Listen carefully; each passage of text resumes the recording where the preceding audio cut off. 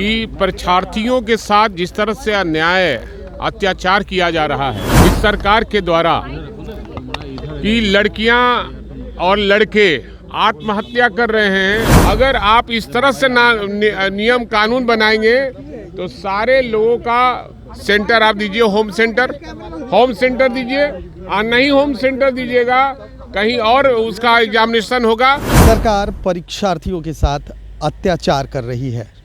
देखिए, ये बड़ा आरोप राजद के विधायक भाई वीरेंद्र ने लगाया है। उन्होंने साफ तौर पर कहा है कि जिस तरह से छात्राओं को देर से पहुंचने पर भी उनको अनुमति नहीं मिल रही है, जबकि मात्र यहाँ 2 से 3 मिनट की देरी से छात्रा पहुंची थी। उन्होंने साफ कहा है कि ये अत्याचार है और सरकार को इस पर नियम बनाना चाहिए। वहीं उन्होंने साफ कह दिया है कि जिस तरह से राज्यसभा चुनाव को लेकर सरगर्मी बढ़ी हुई है, 5 सीटों पर चुनाव होने हैं, उन्होंने स्पष्ट कर दिया है कि कम से कम 1 सीट हम लेकर रहेंगे। पहले सुनवाते हैं कि क्या कह रहे हैं भाई वीरेंद्र। यादव ने कहा कि काल बन गई है नीतीश भाजपा की सरकार बेटियों के लिए। जिस तरह मसौड़ी में एक लड़की ने ट्रेन के आगे सुसाइड कर लिया परीक्षा में, ये सारे जगहों में कल कहा था आप लोग के माध्यम से कि परीक्षार्थियों के साथ जिस तरह से अन्याय अत्याचार किया जा रहा है इस सरकार के द्वारा कि लड़कियां और लड़के आत्महत्या कर रहे हैं, ट्रेन से कट के मर रहे हैं, ये सरकार अत्याचारियों की सरकार है।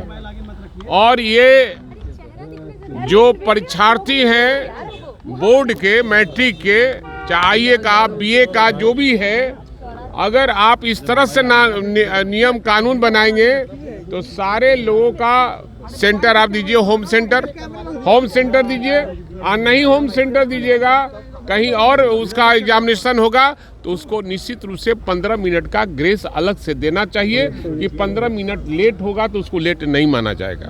लेकिन सर, बिहार में आप लोग कह रहे हैं अपराध बढ़ गए हैं, सत्ता पक्ष के लोग कह रहे हैं अभी भी सुशासन राज स्थापित यहाँ। असल में मैं आपको उदाहरण देता हूँ, ये बगल में बाढ़ के बाद कौन सा थाना बोलता है?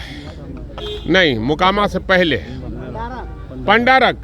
पंडारक एक बहुत बड़ा क्रिमिनल है और कई सालों से वो फरार है और 3 लाख रुपया का इनामी है। अब वो बाहर में ही रहता है और बड़े नेताओं के साथ रहता है और घूमता भी फिरता भी है और उसकी गिरफ्तारी नहीं हो रही है। कौन सी सुशासन की सरकार है? और वो हत्या करता है और नाम किसी और एक जाति के लोगों को दे दिया जाता है। छात्रों को अभी तक इंसाफ नहीं मिला है कि नहीं मिलेगा और उनके परिवार के साथ को धमकी भी दिया जा रहा है कि एक तो गया ही, दूसरा को भी हम भेजने का काम करेंगे।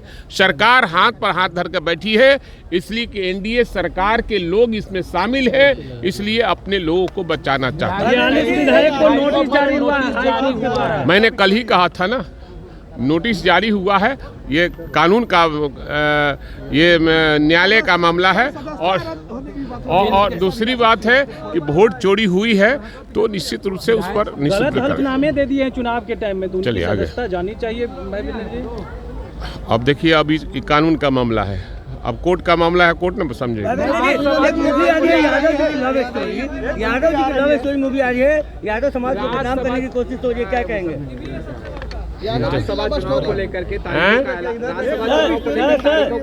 यादव जी की लव स्टोरी पे क्या कहेंगे? वो गणित के फॉर्मूले को तय करेगी क्या? ये हमारे ये शीर्ष नेतृत्व तय करेंगे और अवैसी साहब को साथ में लेकर हम लोग चलेंगे और निश्चित रूप से एक महागठबंधन का सीट होगा और एक महागठबंधन का। लेकिन एनडीए के लोग कह रहे 5 सीट एनडीए के झोली में इस बार अब सवाल है, अब वो जो कह रहे हैं, हम भी तो कह रहे हैं कि 1 सीट हम लेंगे, हम भी तो कह रहे हैं। यादव जी की लव स्टोरी मूवी बना के ये व्यवस्था पैदा किया जा रहा है। यादव ये इसके बारे में अभी जानकारी नहीं है, जानकारी प्राप्त करेंगे तो निश्चित रूप से आपको बयान देंगे।